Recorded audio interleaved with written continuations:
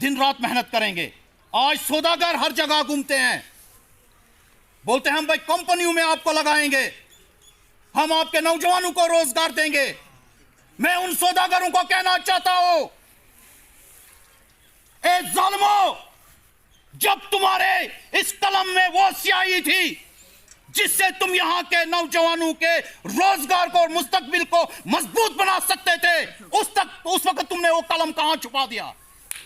आज ये खोखला कलम लेकर घर घर और पंचायत पंचायत जाकर क्या करोगे? कब तक हमारे नौजवानों को गुमराह करोगे? कब तक हमारे सीधे साधे लोगों को बेवकूफ बनाओगे? ये उनको कह देना चाहता हूं, अब इनके खोखले चालू में आने वाला कोई नहीं है। अवाम जान चुकी है, हम आपका बिस्तरा गोल करके आपको पूरे ईमानदारी से आपको घर में कैद कर देंगे।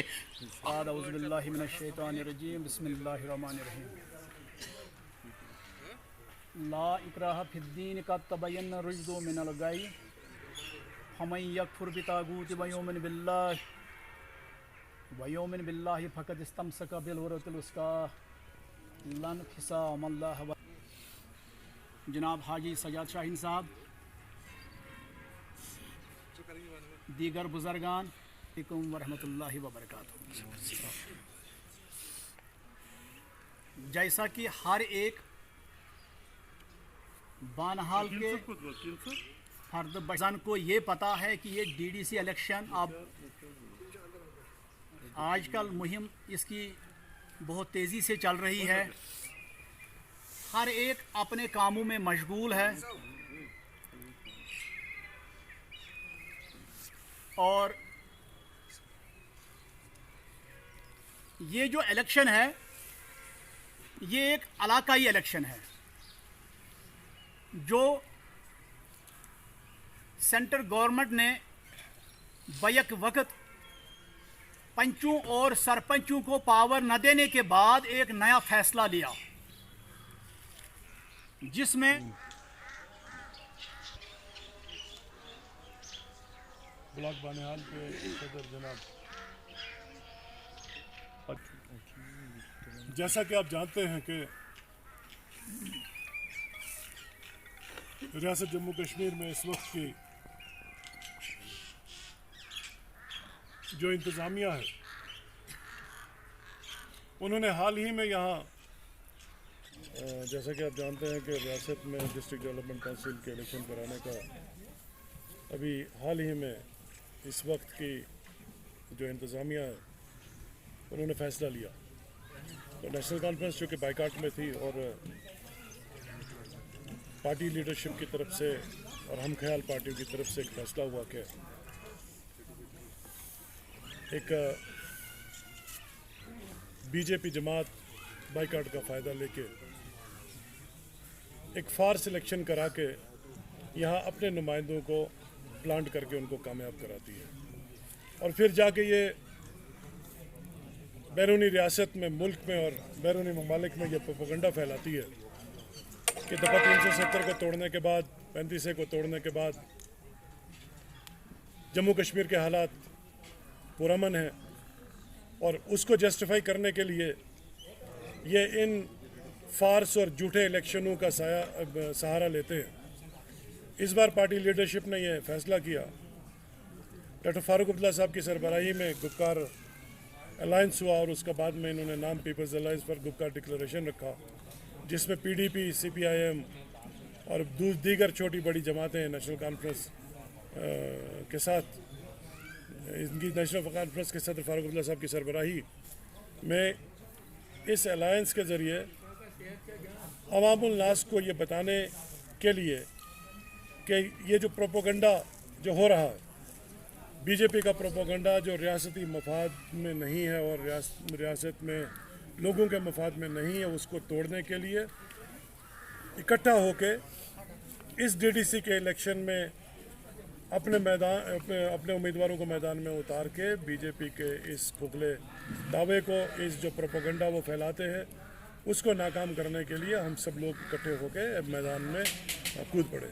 सजाद साहब, नहीं देखें, बेसिकली 370 का जो फ़ैसला है वो एक घिनौना फ़ैसला है, गैर जमहूरी फ़ैसला है, गैर आईनी फ़ैसला है उसमें हिंदुस्तान के मुल्क के आइन का जो हमको उसमें एक खुसूसी पोजीशन दी गई थी दफ़ा 370 के हवाले से, और सिटीज़नशिप लॉ जो था वो दफ़ा 35A के हवाले से रियासत जम्मू कश्मीर में नाफिजुल अमल था, उसको तोड़ने का फ़ैसला तो रियासती मफाद में था ही नहीं। और उसकी वजह से आप देखते हैं कि 1 साल से 1.5 साल से यहाँ पे नाउमीदी है। ये अमन की बात करते हैं, अमन कहीं मौजूद ही नहीं है ज़मीनी सतह पे।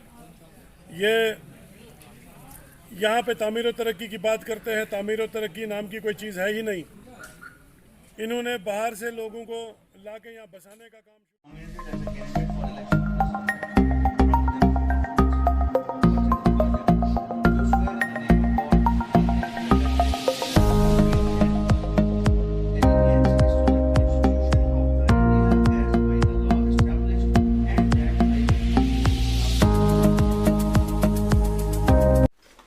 अस्सलाम वालेकुम। इस वक्त हमारे साथ खड़े हैं एक यंग और डायनेमिक उभरते हुए सितारे पंचायत उद्यानपुर से, जिन्होंने आज अपना नामजदगी फॉर्म दर्ज करवाया। इनके साथ हम बात करेंगे कि इनको क्यों ज़रूरत पड़ी मैदान में आने की। सर, बहुत बहुत मुबारक आपको। शुक्रिया बहुत बहुत आपका। सर, आपको अचानक ऐसा क्या लगा जो आपको मैदान में आना पड़ा? सर देखें, मैं एक सिविल इंजीनियर हूँ। मैंने 2014 में बीटेक करा। उसके बाद मैंने काफ़ी बड़े बड़े प्रोजेक्ट्स किए, जैसे फ्लाईओवर विक्रम चौक वाला वो मैंने बनाया, मैं उसका एक छोटा सा हिस्सा था।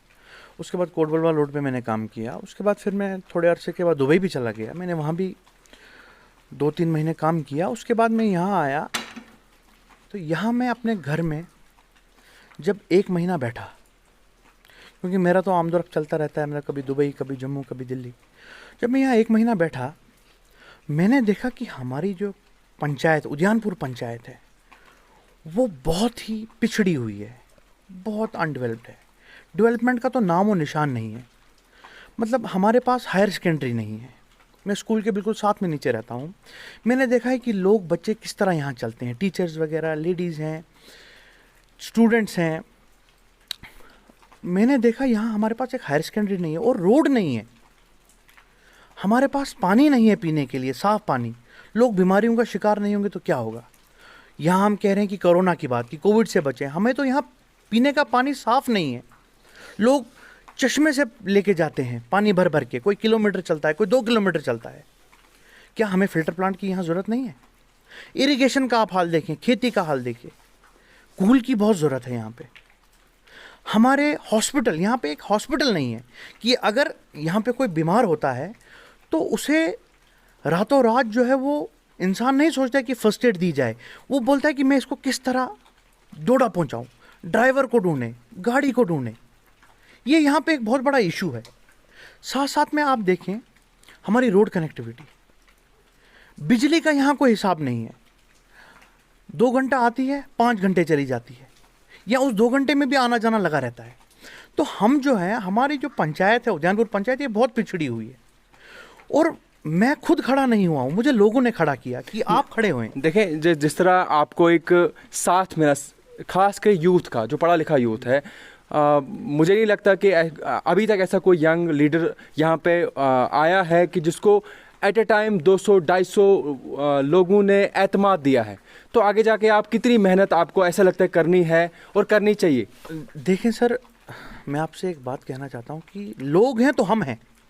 अगर मुझे लोगों ने खड़ा किया, मैं खुद खड़ा नहीं हुआ, मेरा तो काम ही ये नहीं था।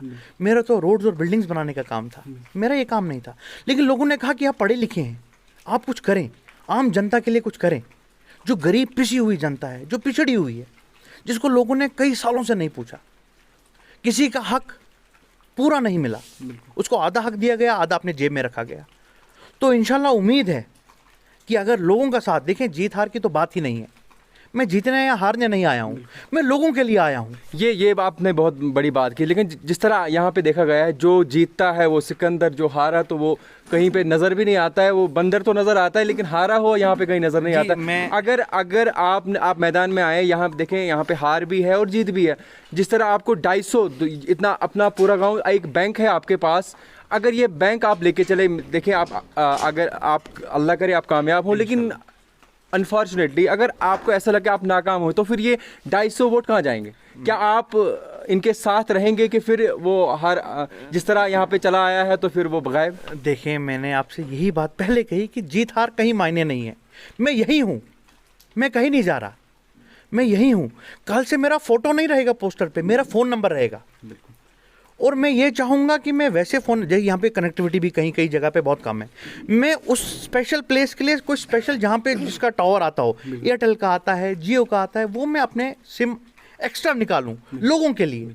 मेरे मैं ये कह रहा हूँ आपको कि हार जीत का तो बिल्कुल सवाल ही पैदा नहीं होता। और जो 250 लोग हैं, इंशाल्लाह ज़्यादा हों। नहीं, मैं 250 की बात नहीं करता हूँ, मैं ये करता हूँ कि इस वक्त हमारा गांव है, मैं अपने गांव की बात करता हूँ। ये 300 350 जो एक एट ए टाइम आपको इतना एतमाद मिला, तो ये एक छोटी बात ही एक बहुत बड़ी बात है। किसी भी यंग लीडर के लिए ये तो एक फ्रेशर है ना, तो ये तो आपको जैसे कि आपके जेब में ही है ना। तो मुझे नहीं लगता कि आपको जिस तरह 10 साल लगते हैं किसी लीडर को 200 लोगों के साथ उनको कवर करने में, आपको तो शुरू में ही इतना मिल गया है। तो आपका मैनिफेस्टो क्या रहेगा आगे? जितने देखें, इस वक्त पंचायत उद्यानपुर की बात मैं करता हूँ, ये एक हब है, ज्योग्राफिकली एक सेंटर प्लेस है, जिसको यहाँ पे कहीं ना कहीं छुपाया गया है, छुपाने की कोशिश की जा रही है, लेकिन छुपता नहीं है। तो आप क्या करेंगे इसके बारे में, आगे क्या करेंगे? सर देखें, सबसे पहला हमारा ये रहेगा, मेरा ये मोटो है कि सबसे पहले लोगों की जो तकलीफें हैं, जो परेशानियां हैं, उन तक पहुंचना। जीत हार की बात नहीं है, बात है लोगों की, आवाम की, उनकी तकलीफ़ों की। चाहे जीतें या चाहे हारें, इंशाल्लाह अल्लाह ताला जो है वो सच के साथ है, हक के साथ है। अगर जीतें या हारें, सबसे पहले उस आवाम तक पहुंचना है, चाहे जिसने मुझे वोट दिया या नहीं दिया, उनकी तकलीफ। क्योंकि मैं कल थोड़ा सा अपने एरिया का दौरा करने निकला था, लोगों ने बताया कि हमें हमारा हक नहीं मिला। वो हक, चाहे पिछला हक चाहे अगला हक, इंशाल्लाह हम दिलवाएंगे। लोगों को तक उनका हक पहुंच के रहेगा। ये पहली बात है। मुझे नहीं लगता कि यहाँ पे एक इंजीनियर जिसको मुझे नहीं लगता कि एक ज़रूरत है कि इस फील्ड में आने की, लेकिन ये एक बहुत बड़ी बात है और अच्छी बात है आवाम के लिए और यंग जनरेशन के लिए ख़ास करके, कि एक इंजीनियर, एक पढ़ा लिखा बंदा मैदान में आके और वो ये ऐसी सोच डेवलपमेंटल सोच रखता और वो ये चाहता हो कि मैं लोगों तक पहुँचूँ, चाहे हार हो या जीत हो। ये तो एक बहुत बड़ी बात, अपने आप में एक बहुत बड़ी बात है। तो देखते हैं आगे जो हमारे लीडर हैं कितना आगे जाते हैं और क्या जो इनका मैनिफेस्टो है। मुझे नहीं लगता कि ये एक बहुत ही बड़ा मैनिफेस्टो लेके ग्राउंड में आए, और इनकी ये सोच है कि मैं जीतने या हारने नहीं आया हूँ, मैं लोगों की खिदमत करने के लिए आया हूँ। ये एक बहुत बड़ी बात है, क्योंकि यहाँ पे अक्सर देखा गया जो हारता है वो कहीं नज़र नहीं आता है, और जो जिनके साथ वो 250 300 या कुछ भी कोई भी होता है, जितने भी बंदे उनके गरीब आवाम होती है, वो उनको छोड़ के चला जाए और रूठ के चला जाता है आगे। तो बहुत बहुत शुक्रिया सर हमारे साथ बात करने के लिए, बहुत बहुत शुक्रिया।